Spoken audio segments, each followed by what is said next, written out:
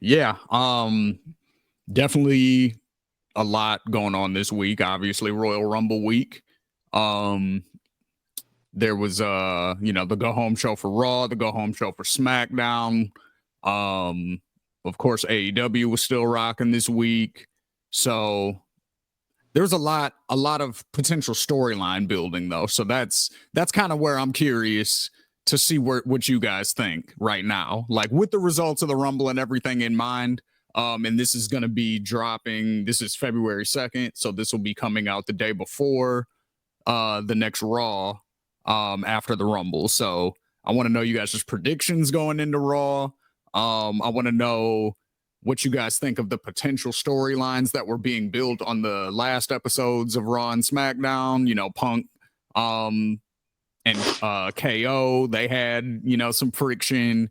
Um, Drew McIntyre's obviously still in the mix. You know, AJ came back at the Rumble. There's a lot to get to. So let's, so what's up, y'all? How y'all doing? Good. I'm good, man. I'm good. Really good. I think so. This Rumble, this was, I think, probably the most interesting Rumble we've had in quite a while, because I think the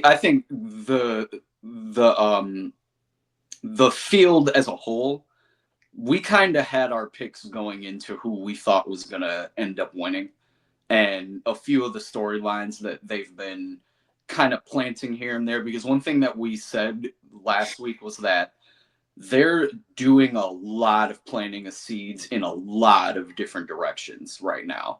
It kind of does it. It feels very open ended where we could be going with WrestleMania in a lot of different ways, and then just again with the overall winner, especially on the men's side. Like the women's side, that was a little more predictable, but on the men's side, I don't think really anybody had Jey Uso winning going into this thing. So I think that opens. I think that Jay winning opens the field for a lot of the top guys to kind of go off into other things while we figure out what's going to go on with Jey Uso and what spot he's going to be in for Mania. So I think judging off of what you said, Shane, the multiple different interactions that we've been getting, whether it's been Punk and KO, whether it's been Cody and Punk, whether it's been Gunther and Seth. Like there's a lot of different interactions that they're kind of doing. There was obviously a lot that we're going to get to in the Rumble that we saw happen. So I think right now it's even more open ended than it was last week when we talked about this. But ultimately, I do think that that is a good thing, because right now WWE really has nothing but time on their hands to kind of spread all these things out. So I think it's very interesting to see where we're going to go, because it's a lot of open ended questions to me. Yeah. I agree with Eric there wholeheartedly. It was like he said, I don't think really there was anyone that watched the Rumble last night that was expecting Jey Uso to win. I've taken a lot of time to process it. I don't even know if I've really fully processed it yet. And, we're almost, 12 hours after the fact. The fact that we had like a 6 straight entrant Royal Rumble that consisted the likes of Roman, Seth, Punk, LA Knight, Priest. I probably am missing a few.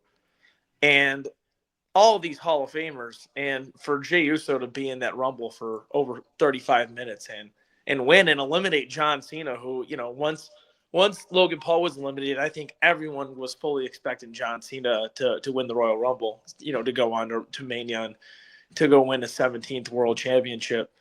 Like Eric said, I think it really does open up the possibility for a ton of feuds. Specifically, you kind of have that triangle there with CM Punk, Roman Reigns, and Seth Rollins. You still have Drew McIntyre, who got eliminated. Sammy got eliminated. Like, there's all of these superstars, and it's going to be interesting to see what WWE does and what feuds they put, because all of these are going to be big money matches, including whoever Jay picks to fight against. And I personally think Jay is going to pick Cody Rhodes. No, I don't think so. I think he's gonna pick Gunther because he's lost to him twice now. And I remember in the promo afterwards, on Raw, I believe it was when he came out with Quavo, he was like, I can beat him. I know I can beat him.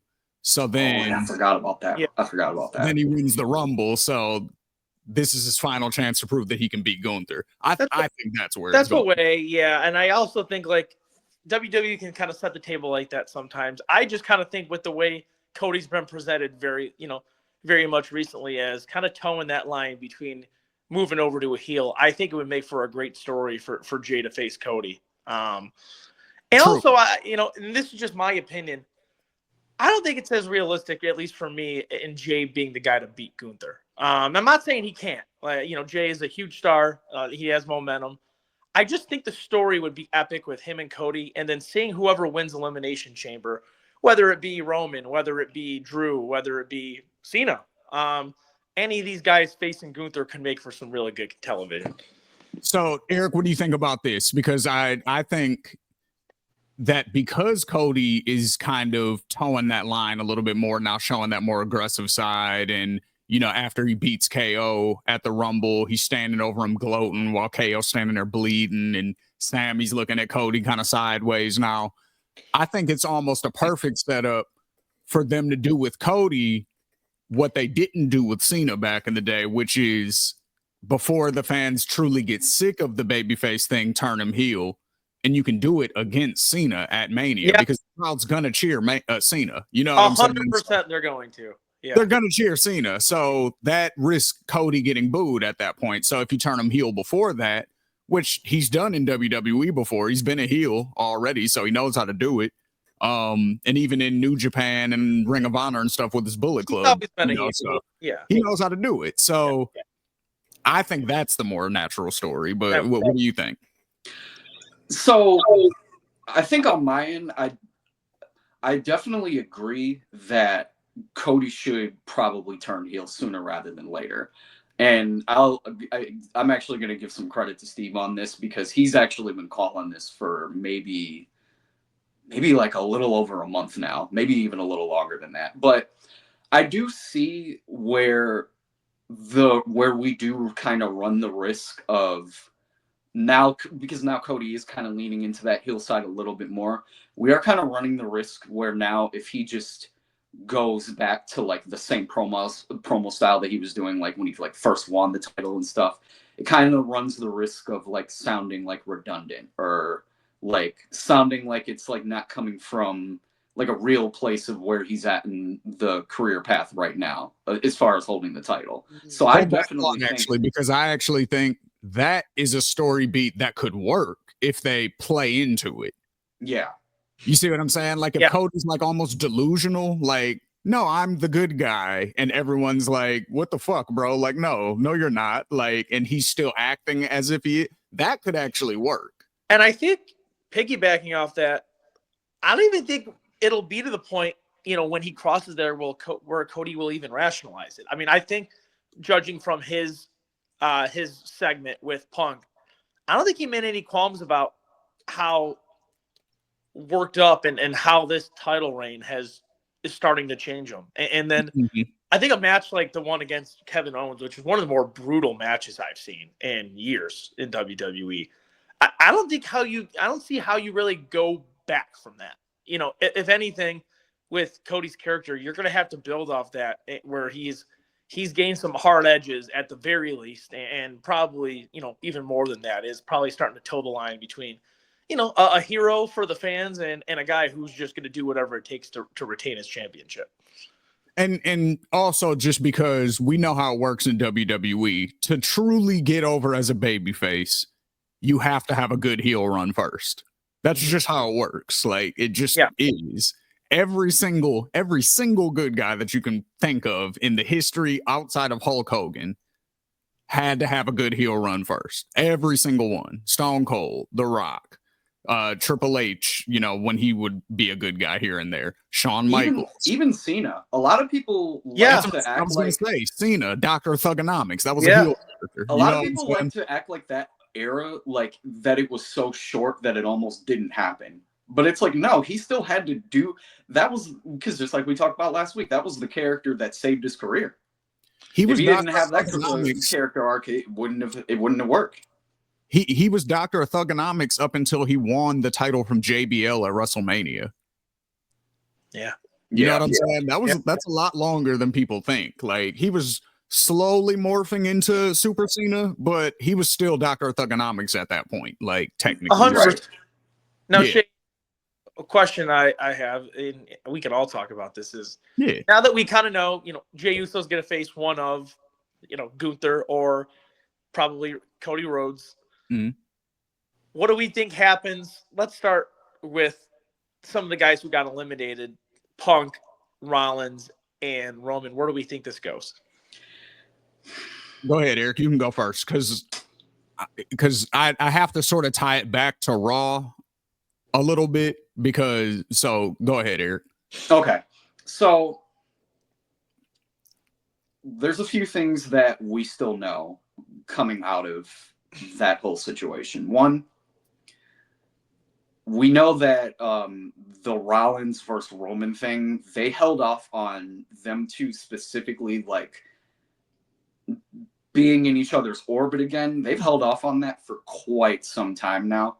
So them having the moment that they had during the Rumble, and then even especially after that, I definitely think that we are leaning a little more towards Rollins and Roman going forward.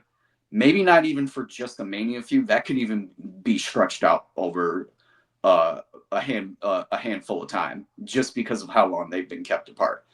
So that's one thing that we have in the back of our mind, that they've been kept apart for this long for a reason. So that's one of my theories. But then the second thing that I had in the back of my mind, not only was Punk super involved in this, but afterwards he kind of gave Paul like a look, like after he left ringside, and we still don't know what this favor is that Punk is ultimately going to cash in on. So I think all three of them going out at the same time in the interaction that they did, I definitely feel like it leads to something with those three. I'm not necessarily saying like a triple threat or anything like that. Like, I'm not necessarily leaning towards that. But something involving those three just feels like the direction it feels like we're going in, based on those two facts alone that I have. I actually think we do get a triple threat, and the reason why is because that's a big enough match to main event WrestleMania without a title being involved. Yeah. So that way, you can kind of kill two birds with one stone. You can give Punk his main event, but it doesn't have to be a title match. You know what I'm saying? Because that's Punk's thing. He wants to main event WrestleMania. That's the one thing he's been missing. That's been missing from his resume. I agree on that with a triple threat. Yes. You know what I mean? And it doesn't have to be for a title, and it's just a blood feud because all three of these guys hate each other, and that's fine. It's going to be interesting because I think it's a near certainty that all three men are going to be in the Elimination Chamber match. At least I think so. And probably Cena has confirmed it from his press conference that he will be in the Elimination Chamber match. So I don't know how many there usually are. I think 5 or 6 that are usually. I think it's 6. It's 6. And then there's this is 4 pods and then 2 starting the ring. Yep. Starting. So, if we're kind of just playing around with the idea right now, you have Cena, Roman, Punk, Rollins. I'm going to assume that Drew McIntyre is going to be in this match. He's been in the title picture. I would imagine so. I would agree. And I would think this, that's 5. And I mean, Sami Zayn could very well be in it. Yeah, he's another person that's been orbiting that top title picture for a while. And him and Drew keep having this like back and forth thing, which I think is going to play out eventually too. Because again, the story with that is right now is that Sami cannot beat Drew McIntyre one-on-one. Yeah, that's true. That's true. I mean, and how they've been using the chamber lately is, well, here, let me give my thoughts actually, because I haven't. So on Raw, right? Seth Rollins, Gunther, and Logan Paul all started the show basically claiming that if Seth Rollins was saying if he won the Rumble, then he was going to go at Gunther to try to take that title back. So we know that's his motivation. His motivation is the world heavyweight title. So with that being said, and then Logan Paul said the same thing. So we know their motivations are going to be going at the world heavyweight title. So the WWE title scene, you know, is kind of open on that sense. Because like I said, I think Jay's going to try to get at Gunther one more time and, you know, finally do it. That'll be his moment. And then he's also going to be a world champion finally for the first time. So I think that's where it's going. I still think it's going to be Cena versus Cody, just because if it's really going to be Cena's last WrestleMania match, I think they're going to give him the biggest star in the company, probably. Like, it just makes sense. It would either be Roman or it would be somebody on that level. You know what I mean? So that's where I think it's going. As far as the eliminations, I definitely think the triple threat's happening. Because then that favor's got to come into play at some point in the story too, between Roman, Punk, and Paul Heyman. Can you guys remind me who won the Money in the Bank this past year? Drew McIntyre. Sure. And he cashed in the same night. That was the same night. Yeah, because and then Punk stopped him. Got it. Yeah. Okay. Because who was he about to cash in on? Was it Damien at the time? I believe so. Yeah. That's right. Yeah, that's right. Yeah, that's right. Yeah. Yeah. Can we do it aside? Can we do it aside here? Huh? Yeah. Oh yeah. What's up? I've been talking to Eric about this for a while, and Shane, I want your insight into this, but I can't help but think that WWE Creative has kind of clowned Drew McIntyre for the past year. And I say that because this is just my 2 cents. I think Drew's become a top 3 promo in the company right now in terms of active wrestlers. A. B, with his work and how big he is, how strong he is, I think he's a top 2 or 3 heel in the company, bar none. Mm-hmm. And between those two things, and he's completely over, whether it's as a heel or as a sympathetic heel. I can't help but think that I don't know if there's an issue WWE has or if they're kind of playing the long game with him. I don't see how you don't at some point give him a world heavyweight or WWE championship reign, because he's one of the more believable monster heel champions that I've seen in years come through WWE. So in my opinion, that is an overall WWE issue at the moment. While I will say that I think WWE's book, and I think this is a unanimous thing, I think this isn't even really a subjective opinion at this point. This is basically an objective, almost fact accepted at this point, that Triple H is a way better booker than Vince McMahon, at least in his last 10 years, for sure. Right. So that came with a lot of goodwill, especially at the beginning. Like right when he took over at SummerSlam and he created Damage Control and he brought back Io Sky and Dakota Kai, it was like, oh shit, like he's bringing back the people we like. And he brought back Mia Yim and brought back the OC. And, he was just doing all this really dope shit really fast at the beginning that came with a lot of goodwill. And he inherited the Bloodline storyline and made it better. So we got to give him all of those things. But I think over the last 3 years now, it's pretty obvious that he relies on what we would call long-term booking a little too much. Some of his storylines have a tendency to drag out for too long. Liv and Rhea is a prime example of that. That feud should have ended a long time ago. Damien and Finn, another example. That should have ended so long ago. You know what I mean? It just now ended because of the brand, the trades or whatever. But I feel like that's sort of a thing that Triple H sort of leans on a little bit too much, is he'll keep a story going for 6 months when it can end in 3. The Otis and Chad Gable story is still going. If you really think about it, they brought it back at the Rumble. Like, you know what I'm saying? Like, so I just think that that's sort of an issue with WWE as a whole. So that's where you get these like Cody's about to be the champion for a year at this point. Like he hasn't lost since WrestleMania. And it's like every title reign doesn't have to be that just because Roman held it for 4 years. Like, so that's an example. Seth's first reign was almost a year. Like, you know what I mean? Like, so I just think he has a tendency to do that. The only championships that change hands frequently are the tag belts. Outside of that, it's like if you're in that world heavyweight title picture or the WWE title picture, you're taking L's to the champion and probably until WrestleMania. Like unless you're Drew McIntyre winning at WrestleMania. Right. Yeah. It's like you'll win it and then lose immediately because you cashed in on. So it's like, I think that's sort of the problem there. It's like he relies on long title reigns, and so it kind of makes everyone who's in the title picture, you're gonna have to lose because the champion's not losing the belt. So you're always gonna come up short. And it's like that could, it just depends on how you maneuver that, because it's like, yeah, Drew, you've had a lot of title opportunities and you lost them all, but they were all through some sort of shenanigans or some sort of screwy finish or something like that. So it's like, so yeah, it's not a lot of times that I feel like this is why I agree too. It's not a lot of times where last year where it's like Drew like lost like just super clean out of nowhere, where it was just like, what the fuck is that? Like a lot of times it was because of a screwy thing.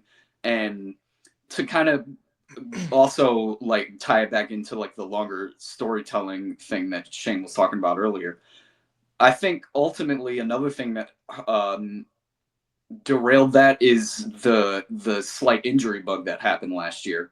Like I think a lot of that stuff kind of threw plans in disarray, and a lot of the plans that it kind of looked like were about to be set up for Drew going into Mania, it feels like a lot of that flipped when him and Punk got into the feud.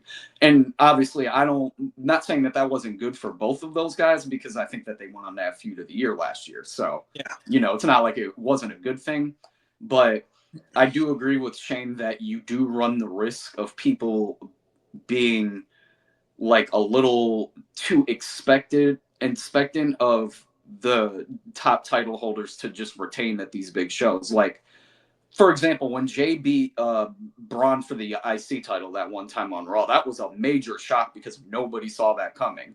And even kind of the same thing with this Rumble and with his win. I think that those moments are able to be so like exciting and shocking at those points, because those were genuinely moments that we didn't know what was going to happen at that point.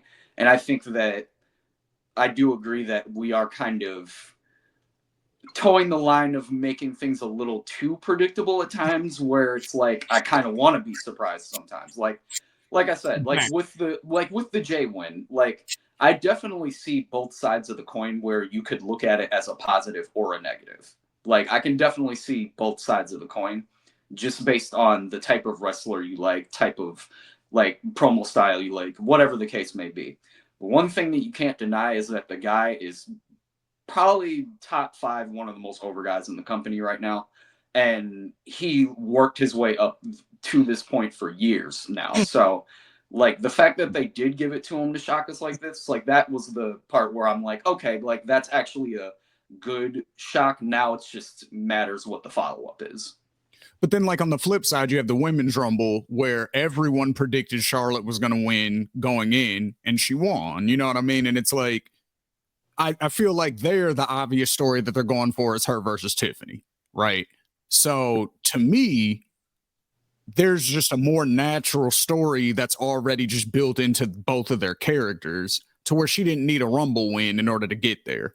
Like they both are naturally very similar. They're aesthetically similar. They're tall, muscular blondes that are pretty. You know what I'm saying? Like that's their thing, right? And they're both super athletic, and they can both wrestle their ass off, and they're fire. That's their whole thing. So, and they're both arrogant. They both think they're the shit. Like there's enough shit in common there to where they can just run with that. Yeah. Whereas, and then you can have, whoever's going to be wrestling again. Because I think the Rhea story is way harder to get to. I agree. Who wrestles Rhea at WrestleMania? How I would have personally gone about it, and Triple H has his own ways, and he's been wildly successful doing it. But I told Eric I predicted that Charlotte would win just because I thought that's the direction WWE would go. But I think him and I are both in agreement that we fully expect Rhea's opponent to be Io Sky. So that means I I think Io Sky is a strong candidate to win the Elimination Chamber match. And again, that may not happen, but how I would have probably done it would be Io winning a Rumble because it would have been a little bit unexpected with the crowd, and then Especially coming in from number Charlotte one. winning Elimination Chamber. Especially her coming in from number one. That would have been incredible because Io was number one. So to have her just run the gauntlet and win it, that would have been crazy. I just think that feud or that program with Rio would be really, really cool for a lot of different reasons. I agree. I could see that. Now I've been hearing that it's going to be Bianca, and I'm like, I don't know how you get there. Yeah, I don't. Especially with how the Rumble played out, I definitely don't know how you get there now. Yeah. Because especially since Jade didn't come back, from what I saw in the Rumble, there was a lot of interaction with Jordynne Grace. Yeah. And Naomi. Like, that seemed to be like a key spot to focus in on, like, at that moment. Yeah. So what do we see going into Raw then with all the information that we have before we jump over to the AEW side? What do we see going into Raw? Who is going to, make their declarations for Elimination Chamber? Because they're already on the YouTube channel starting to upload Elimination Chamber content the day after Rumble. So they're already gearing us for it. So we might as well jump the gun. Who do we got in the women's match? And who do we have in the men's match? Go ahead, Eric. So I think for the women, it's probably a little harder to pick, but just based on who's on Raw right now, I would say probably the top people that I can just think of off top of my head. Bayley is probably going to be in it. Mm-hmm. Liv Morgan is probably going to be in it. Yep. Io Sky is more than likely going to be in it. I don't know where they're putting Jordynne Grace yet, brand-wise, so that kind of depends on what brand she ends up on. So I'm not gonna call that one too early right now. I don't think it matters for Chamber though. I think for Chamber it's a mix of both. Yeah. Oh, okay. So yeah, I would put her as the contender in there. So that's 4. Definitely Bianca. 5. And then maybe somebody like Naomi on the other side.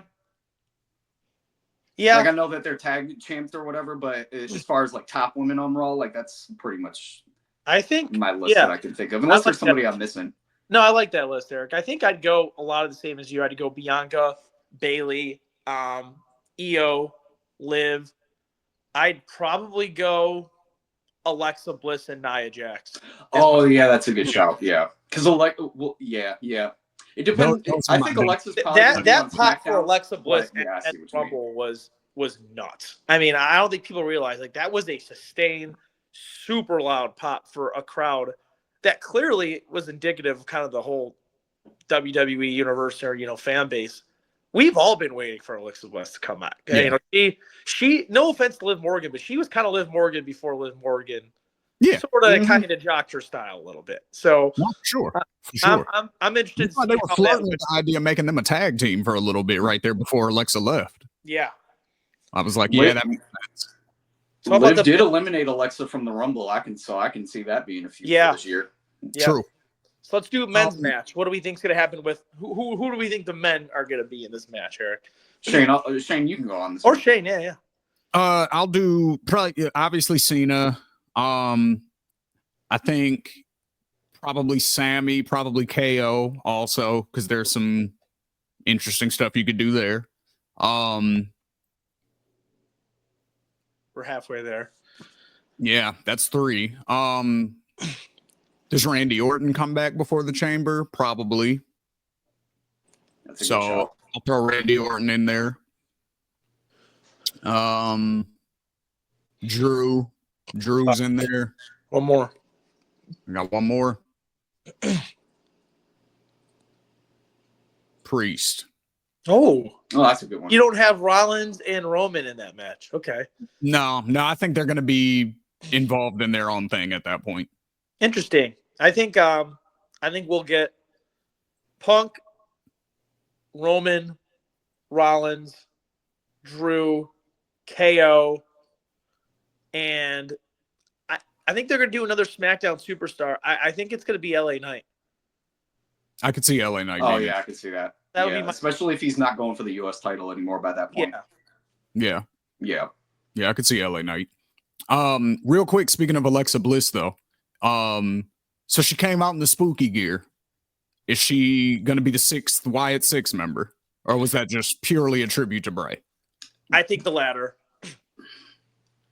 I'm probably going to agree with Steve now for right now. If she's on Raw, then yeah, it's for sure that was just a tribute. If she's on SmackDown, then that is leaves Maybe things a little more open ended. The reason I say that is because she, right when she came out, she had her normal music. She kind of did a little tribute, but then all of her mannerisms once she started walking to the ring were Alexa Bliss 2018 Raw champion. It was all, in a babyface role, but she just seemed like normal Alexa Bliss. So we'll see. Yeah, I'm wondering only because Wyatt Six haven't been on TV in a while, and so I'm not sure if that's because somebody's hurt, because I heard that, but they haven't confirmed that, and they haven't said who it is, if anybody's hurt. So that's one thing. But maybe they were waiting on her to return, so that way, okay, now we have the reason to bring them back on, and we can start in court. You know what I'm saying? Yeah, it could be anything with the Wyatt. Like, people are always going to associate her with Bray Wyatt for the rest of forever. Yeah. Agreed. I kind of do and I kind of don't. Like, it was huge at the same time. Like, it was a short amount of time, but yeah, I kind of do and I kind of don't. Like, I definitely recognize that portion of her career, but like the way I always view her, I may be in the minority here, is I always just view her as Alexa Bliss. I thought she had been so accomplished even before she joined the group and joined, along with Randy and Bray. She had her own resume, and you could really stack it up against, basically anyone in the company except, the 4 horsewomen. So it'll be interesting to see. We haven't seen the Wyatt Six really on TV lately. I don't think I've expressed it here, but I've expressed it to Eric. I don't know how long of a shelf life the Wyatt Six has if you're not going to have superstars in the, legit superstars in the group. But we should see, how it goes down here moving forward. Yeah. So I guess, okay, so here's my question for you. Because how do you create superstars? I think you got it. That's a good one. Yeah. No, and sometimes it's short term, sometimes it's long term. But I guess my answer to the question would be you have to get yourself over with your character, whether it even be on the mic, what you do non-verbally, how you work in ring. I guess we could talk about the Wyatt Six. Is there anyone in that group that you guys think has ever shown themselves to be over? In NXT, Bo Dallas, for sure. I meant WWE. Like on the main roster. Yeah. Because I agree with that on NXT with Bo Dallas, but I was gonna say on NXT, Bo Dallas. You got to say Eric Rowan just because of his association with the Wyatt family when Bray was still here. So you got to put Eric Rowan in there. I think that's recognition, but I think if Eric Rowan was ever working a singles match, I don't think he's really getting much of a crowd reaction. Yeah, I really, see what you mean. probably the closest one was Nikki Cross. Yeah. Yeah. That would be the only one that I would associate to close to that. Mm-hmm. And I think that becomes a problem. And this is, what I told Eric is, I get that Bo Dallas is Bray's brother and he wants to honor him. And, he does have a couple similarities with Bray, but at the end of the day, he's not Bray. And yeah. And I think the crowd, at first definitely took to it. They thought it was really cool. But with, kind of how the group is set up, with, whether it's interference or who they're feuding with, I just don't think there's a huge a high ceiling with what that could become unless you have someone to the level of an Alexa Bliss, or like in terms of men, like if you had, I don't know who would be in the group, that could be added. But right now, I just think it's very limited as to how over they can get as a group. Yeah. I mean, I think a lot of that comes down to the booking, though. Yeah. Like, a lot of it comes down to the booking. And the reason why I brought up NXT first is because they gave Bo Dallas time to get over. Yeah. You know what I'm saying? It wasn't a thing where they threw him out there and we're like, hey, if you're not over in 2 weeks, hey, bro, sorry. You know what I'm saying? They gave him a long time to really get his gimmick over and to develop, that's the thing about developmental. Like you see it in the music industry too. It's a problem just across the board, just in all forms of entertainment, I would argue. Like there is no developmental truly anymore. They expect you to be the shit immediately. And if not, product. Mm-hmm. Yeah. And Bo, I feel like that's just not, especially in something like wrestling, that's not truly fair, especially the people, not from us necessarily, but like from like older wrestlers who would demand that of younger wrestlers. It's like, yo, bro, Shawn Michaels, you had 10 years on what we would consider to be the indies now. They call it territories back then, before you went to WWE. And then then you had a few years to develop in WWE before you became Shawn Michaels. You know what I'm saying? Yeah. Like with Triple H, same with everybody from back then. So it's almost like, okay, you guys should understand a little bit more like that they need time to get this shit over. Like, look at how long it took Karrion Kross to get his character over. It's just now getting over, and he's been back for 3-4 years now. It's just starting to get over. It's been a long It's time. now starting to work. You see what I'm saying? So You could sometimes even kind of say it with Drew McIntyre, with his first run in WWE. He got fired. right, He got completely his first run. He came back. He became champion when there was no fans, and I told Eric, like, I wasn't even the biggest fan of Drew then. I thought he was a great worker. I thought he was like worthy of having a championship. But I told Eric, I was like, what's his character? Like, besides just being, physically a badass. And then as soon as Vince left, I mean, wow. It's like everyone's like, where was this Drew McIntyre? He's the most entertaining guy in the business now. Yeah. So you do have to give people time. I agree. You got to give them time. So here, let's move over because we're on the character topic, and I really I brought her up last week. I got to bring her up again this week. Harley Cameron, the most entertaining person maybe in AEW right now. Aside, their women's What about division Timeless? right now. We gonna get to her too. With who? Timeless Storm. Oh yeah. We're absolutely. I'm trying to get to what did Harley Cameron do on Dynamite this week? Let's see. We might just have to jump straight to basically because right. Look, she's also really good. Which I know. Apparently, she knows how to talk without her mouth moving. She's a ventriloquist. So yeah. But no, we'll talk about Toni Storm first though. So on the previous week's Collision, Toni Storm made her presence known after Mariah May attacked her in the ring. Storm challenges May for the AEW Women's World Championship at Grand Slam Australia. As we head back to ringside, we hear from the champion herself. So Mariah May comes out. She's talking shit to Toni Storm. Toni Storm, she for the last 6 weeks, she came back as her original character, like the rock star Toni Storm. And me so, and Eric she was playing, very much. And she was playing into this memory loss thing. Like she didn't realize that she had already been in AEW and that she had already accomplished all this stuff in AEW, multiple time champion, all of this. She was a brand new rookie and all of this, right? So this week she reveals as Timeless Toni Storm, her actor role, that she was pretending this whole time to play the role of Toni Storm, the rookie. So she comes out, she basically says, Mariah May, I haven't forgot anything. I haven't forgot you. I haven't forgot what you've done. I'm coming back for you.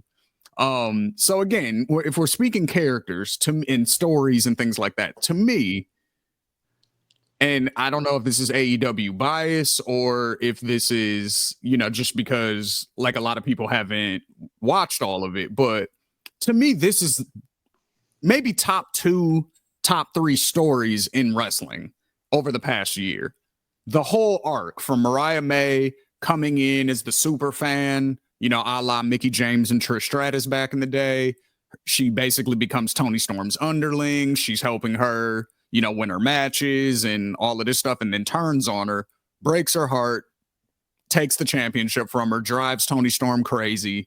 You know what I'm saying? Now she's coming back for a revenge plot. Like, and then all the character beats again, like the memory loss aspect and just kidding. That was a swerve. Like, I've been knowing what's going on the whole time. I'm an actress, remember? Like, so it's incredible what they've been doing with her. Like, she is a superstar now, and she was not getting that treatment, when she was in WWE. She was getting pies to the face by Charlotte Flair.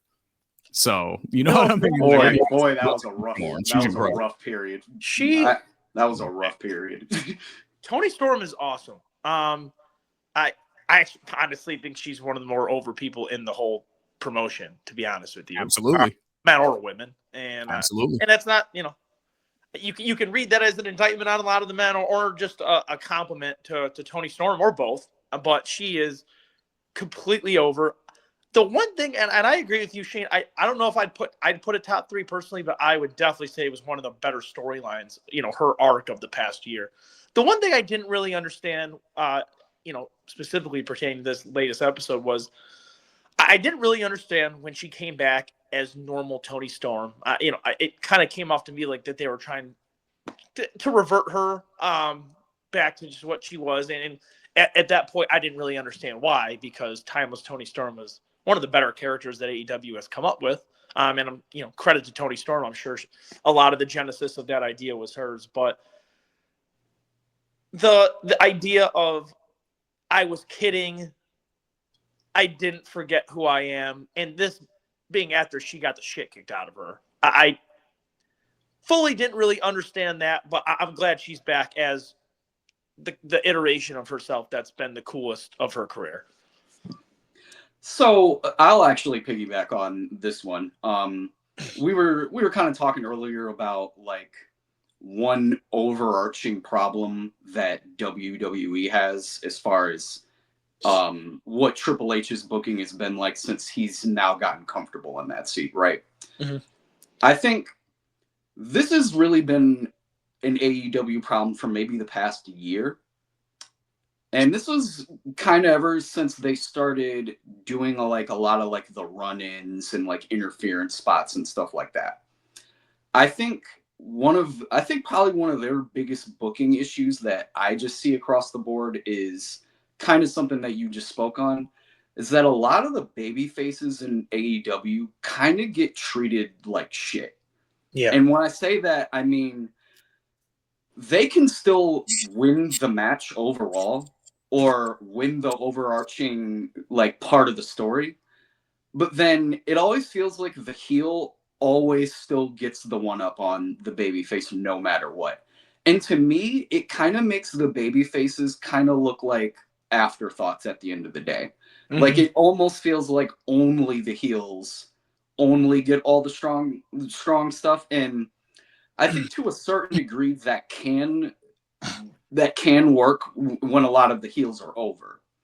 But the problem is that they don't have enough baby faces to me right now to match the amount of heels that they have over. I can name way more of the heels, I feel like, on one hand than I can the baby faces. And then a lot of times it's still kind of stuck in that tweener phase, so you can't even really call it all the way. Like, to me, like the perfect example to me is like Bobby, MVP, and Shelton. Like, their actions suggest heel because they do heel acts, like they beat up their opponents after the match and everything, but they still get cheered like baby faces because of how cool they are. Like, to me, the top 2 baby faces in the company right now are Kenny Omega and Will Ospreay. And that's because they still get a chance to actually shine like a real baby face after a match win or something like that, rather than like somebody like FTR, for example, Shane. Like, we were kind of talking about that before, how we were like, FTR really needs to win this weekend.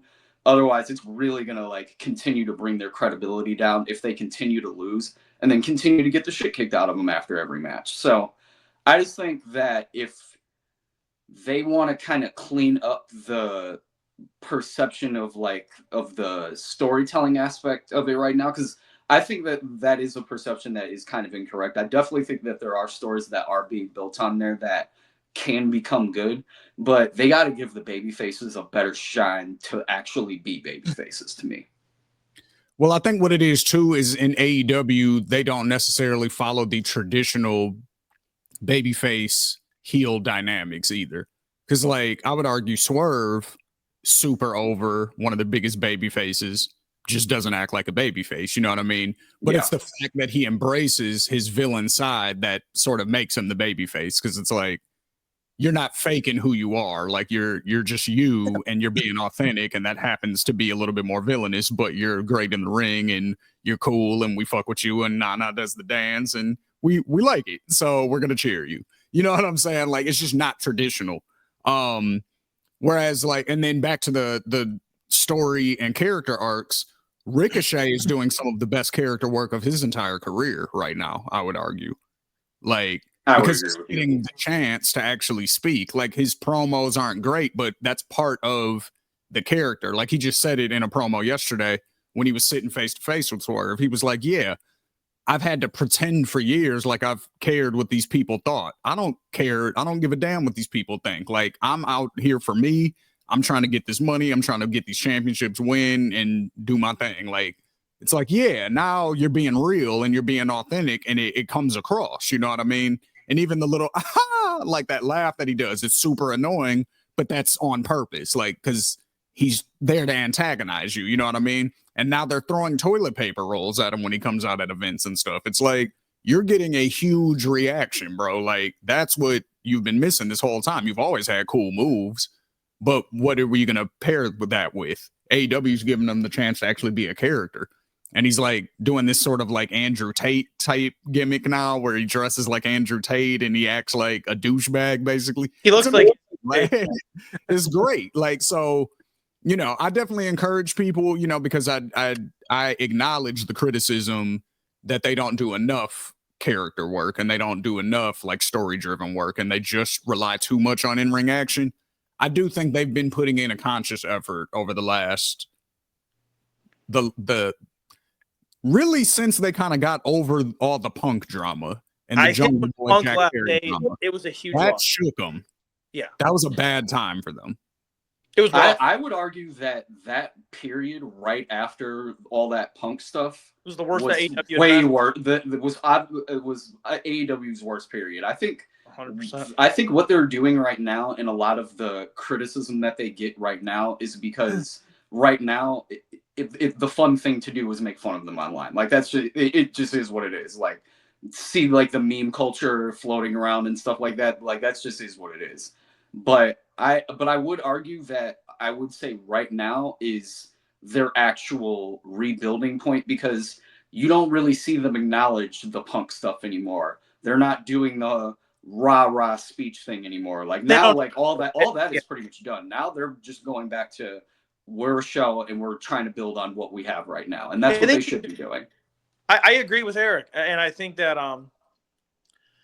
really, if I had to say like one thing, and I don't watch every week, but from what I watch, the only angle that I think, I don't know if you can consider it embarrassing or just not working. I just think the Moxley thing's not working, and it's not that, you know, you could say he's a heel, you know, the reactions.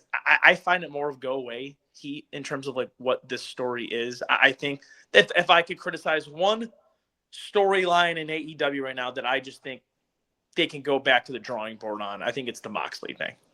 No, I think most AEW fans would agree with you in the sense of at first it seemed like there was a very specific thing that they were trying to convey. It seemed like Moxley and the crew that he assembled were working for somebody.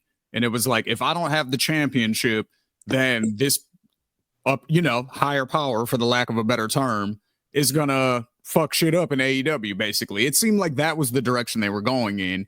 And it seemed like they went away from that for whatever reason. And now it's just about Mox basically being power hungry and arrogant, saying nobody deserves to be champion. And it's like, okay, like if you were doing that from the beginning, then this would have made more sense.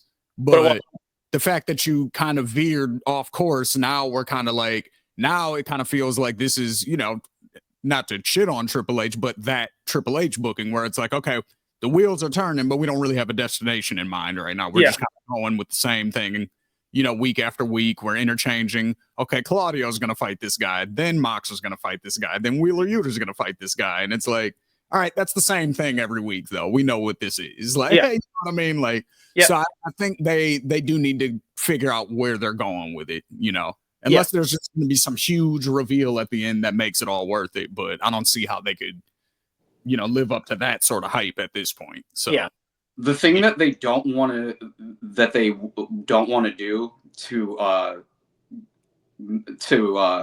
kind of go back to a story that happened previously with them last year. The territory that they don't want to get into is they don't want another devil situation to happen. Right. Like, because that story was actually really good at first and it was going somewhere. Then the reveal happened and it was like, oh, that was it. You know what I mean? So it's like, that's the situation that they want to avoid. And right now, like, I would say if, like, kind of like you said, if we're kind of not getting to a destination point and if we're just continuing to do the same cycle of match after match every week, eventually it is going to get to the point where it's like, all right, bro, what are we doing? Yeah. I think we're encroaching on that territory, so they definitely want to shape up and do something pretty quick. But outside of that, I do want to, like I said, talk about Harley Cameron on Collision because she won her first match yesterday. She defeated Taya Valkyrie, so that was dope. And then she did a backstage segment calling out Mercedes again, and she pulled out a puppet. And she's also a ventriloquist, like I said. Didn't know that. She's a singer. We did know that. She's a comedian. We knew that. She's funny. She does, she does everything well. Like, she is a superstar. And she just started wrestling professionally like 2 years ago. Like, it's incredible what she's. Yeah, literally. And they're letting her flush out the full character they're letting her show all of her talents off, which I think, getting into this next person that we're going to talk about when we get into the ring and the raps, it's something that he was able to do very well as well, which I think led to a lot of the longevity in his career. But definitely just wanted to shout out Harley Cameron really quick once again, because again, she's just doing incredible work over in AEW. Collision was a good show. Megan Bain, officially All Elite. She had her debut, so shout out to them for having 2 women's matches on the show as well. Plus some backstage segments and the Tony Storm segment. And then Samoa Joe, he came back. Him and Hook, they had a tag match. Beast Morto squashed a dude. Max Caster, he's doing really funny character work right now. He keeps calling himself the best wrestler alive and losing every match. But he's just super arrogant about it. Kind of, again, that delusional, I'm the best wrestler alive, and he just can't get a win. It's so, it's good what he's doing right now. Yeah. Roosh beat his ass because he forgets what kayfabe is all the time and just destroys people. Outrunners, they won their match via disqualification. I want to say Big Bill, I think he ran out and beat them up. So, but yeah, it was a good show. Definitely a good show. I was trying to watch both that and the Royal Rumble at the same time. Obviously, Rumble's on the big screen, so it was hard to keep up with both. But I definitely caught the Harley Cameron segments though. So, but yeah, moving right along into the ring and the raps, we're gonna discuss a guy who definitely made it part of his characters all throughout his career. And has done some outside projects as well that we're going to highlight here. And that gentleman is Ron the Truth Killings, Mr. R Truth. K-Quick. He's K-Quick as well. And that's right. How he started in WWE. So I actually want to read this article. R Truth reveals Vince McMahon's reaction to his rap music. So I'll read this really quick. It's not too long. So R Truth has had quite the career in WWE, and out of all the performers on the roster, he seems to be one that gets TV time pretty consistently. He's been this is an older article. He's been heavily involved in the 24/7 title picture ever since the belt was created, but Truth isn't just an in-ring performer. He's also a rapper. Truth recently spoke to BallerStatus.com about showing his music to Vince McMahon and saying that the chairman of the board is a fan of his creativity. I haven't in a while. He's like, but I have and I did. I'd take my Bluetooth speaker into his office. I'd say, push play right here. And he'll take it back and he'd give it a listen. He's a fan of Ron Killings. He's a fan of R Truth. He's a fan of my creativity. I remember one song I did called Right Time. I went and performed it for him after he did a production meeting. And I was like, hey, boss, you got 2 minutes? Let me do the song for you. I did. And he was like, I think you should let me perform the song tonight. I went out there before the show and started performing the song. He's open to that kind of stuff. he's being Vince McMahon, but he's Vince McMahon, and he pounded his chest when he said it. So Vince actually, I remember in an interview also that R-Truth did, I want to say with like Hot 97 or Breakfast Club or somebody like that, where he basically said he negotiated that into his contract that he has to be able to rap on his way to the ring for his entrances. So that's why, if you noticed, he's always rapped his theme songs. Yeah. So he started with WWF. Actually, he's that old. He's 53 years old, by the way. Which is nuts. He does not age. He's wrestled in WWE since his early 20s. Yeah. He actually debuted as a manager in 1997, and then he started wrestling in 1999 as K Crush in the NWA, in one of the territories that was still around back then. So then he debuted in WWF in 1999. He was signed to a 2-year developmental contract under the name K Quick. He was assigned to Memphis Championship Wrestling, one of the developmental territories. He won a battle royal to claim the vacant Southern Heavyweight Championship on April 12th of that year. And then he lost to Jerry the King Lawler on May 24th. But he reclaimed it from Joey Abs several months later in Memphis, Tennessee. Shout out to the Mean Street Posse.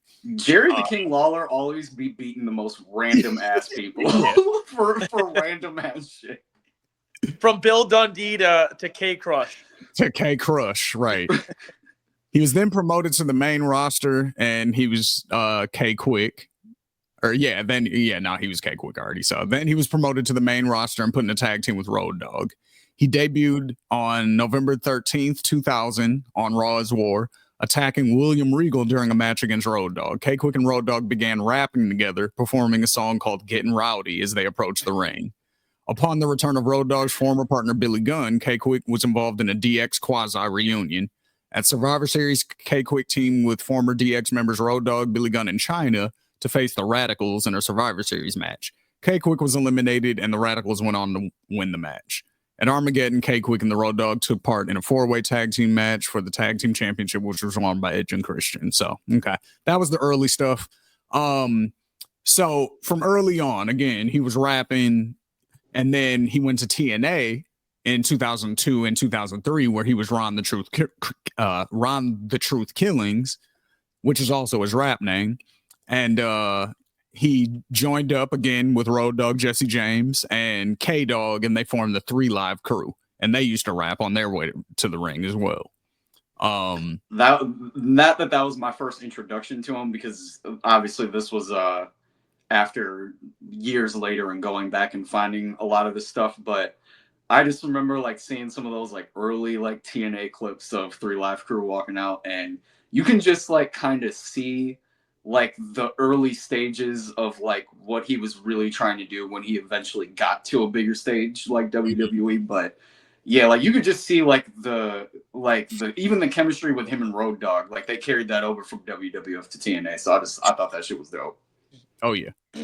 Yeah, I mean, R-Truth is one of the more transformative characters in WWE of like this modern generation. I mean, if you think about like how many different face masks and phases WWFE has gone through in since the time that R-Truth joined, he's had to get with the times and advance his character to make sense within the realm of what WWE is, and he's done it flawlessly every single time. I mean, you can expect now, like, there will be a couple episodes between now and WrestleMania where R-Truth will be involved at Monday Night Raw or Friday Night SmackDown. And you don't even have to think twice about it. He will, and the crowd will get over and will love it. And you will never think once, this is out of place. You'll think it's very much in place because it's R-Truth. And he, like on SmackDown when Damian Priest was walking down the aisle and he looked over, he's like, what are you doing here, bro? Yeah. He's like, what's up? And I was like, oh shit, R-Truth. Okay, yeah. That makes sense. It's awesome. So also I just want to bring up, so I didn't realize that he was still rapping actually. But he put out some videos actually on a World Star between the years of 2020 and 2024. And one of which is a song called You Know It featuring Fabo. Now, if you don't know who Fabo is, that's my man who did Starting to See Spaceships on Bankhead with Young Jeezy. You know what I'm saying? I Okay. said I'm higher than a motherfucker. Right now, I'll shoot a nigga dead in the share. See it right now. I'm Was starting. Fable the same one that was Laffy Taffy? Yeah, Yup. that Yeah, that Fabo. Fable. Same Fable. Okay. Yeah. R-Truth has Fabo from D4L. You know what I'm Okay. saying? Okay. Yeah, that Fabo. R-Truth's got a record with him. So R-Truth has 3 studio albums. He released them all independently. The first one is called Invincible, and it came out in 2003. This was a CD, actually. It was a physical CD that you had to purchase in the store. So that was his first joint. That's how long he's been doing this. The second one was called Killing It. It was released in 2016. It was also released independently. And that's a streaming album. You can just pull that up on Apple or Spotify or whatever. And then his most recent one came out in 2021. It's called Legacy. And same thing, you can stream that. But yeah, he's got a joint with Fabo. And yeah, you can check out his most recent videos on WorldStar, at least on their YouTube. I don't know if they still put music there, even if the website is still a thing or not. I don't even know. But on their YouTube, for sure, you know what I'm saying? You can definitely check his stuff out. So yeah, shout out to R-Truth. And then in the thumbnail, for those of you who click this on YouTube, those pictures are real. That is a real picture of him with Tupac in the 90s and a real picture of him with Eazy-E. Those are real pictures. That's not Photoshop. He had the high top fade with the blonde streaks in it back in the day. But yeah, no, those are authentic photos. So that's how long he's been doing this rap thing. So again, it's always intertwined. Say his name and he appears. Before Joe Henry, you had R-Truth. There you go. And shout out to Joe Hendry for being in the Royal Rumble too. We didn't even bring that up, but definitely shout out him. He, had his little moment. They let him shine a little bit before Roman, murdered him. So I thought that was a great placement because me and Steve kind of talked about it a little bit yesterday. The beginning portion starting it off with Ray and Penta was so smart. And then I thought that I like that too. WWE really showed that they have built up such a strong men's mid card over the past year. That was one thing that I took away from yesterday that I really fucked with, was that our mid card over there is absolutely fine. And there's I don't see anything wrong going with them for a couple of years. Even leading all the way up until Joe Hendry, it was pretty much all mid-card in there, and then we got the heavy hitters like Roman, Punk, and everybody else like that. So yeah, I just thought the way they laid that out was really smart. That's why I think that's one of the actual reasons that doesn't get talked about a lot. And we're gonna wrap up here in a minute, but I think this is something we should discuss on a future episode. I think that's one of the reasons why the Attitude Era gets so much praise. It's obviously not the match quality, you know what I mean? It's mostly kicks, punches, and finisher moves. We know that, and crowd brawling. That's what it is. That's the whole Attitude Era. We know. But with that said, everybody had a role and everybody was involved in something that you somewhat cared about. From the mid card to the opening act, everybody had a feud. Everybody was involved in some sort of story or had a character that you cared about. You know what I mean? Everybody from the top to the bottom. You know what I'm saying? When D'Lo Brown came out and he did the head nod thing and he had a dope move set. That's why people fucked with D'Lo Brown. You know what I'm saying? Yeah. That's why he did this and he had fire moves. And he had tons of great matches with Val Venus. Yes. Jeff Jarrett and Owen Hart. A bunch of people. D'Lo was a fucking worker. That's what I'm saying. Yeah. His matches were always bangers, but he did the cool head thing. That's what got him over. You know what I'm saying? He didn't have to say anything. He just had to do the head thing. And all right, we fuck with you. Godfather, Gangrel. Everybody had a character. You know what I'm saying? So it was like you said, Val Venus, she was a porn star. Everyone had a very distinct character that you could point to and say, this is what they are. This is what they represent. This is who they are. I know this person in my life. They remind me of such and such.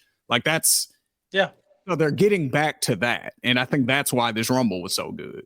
Yeah. And that's why we entertained, watching a 3-hour episode of one of their shows, is because they made that matter again. Yeah. Yeah, for sure. I agree. So, yeah. Anyway, fellas, good show. You know what I mean? This is Shoot Style Sessions right here on the Ethos Media Network.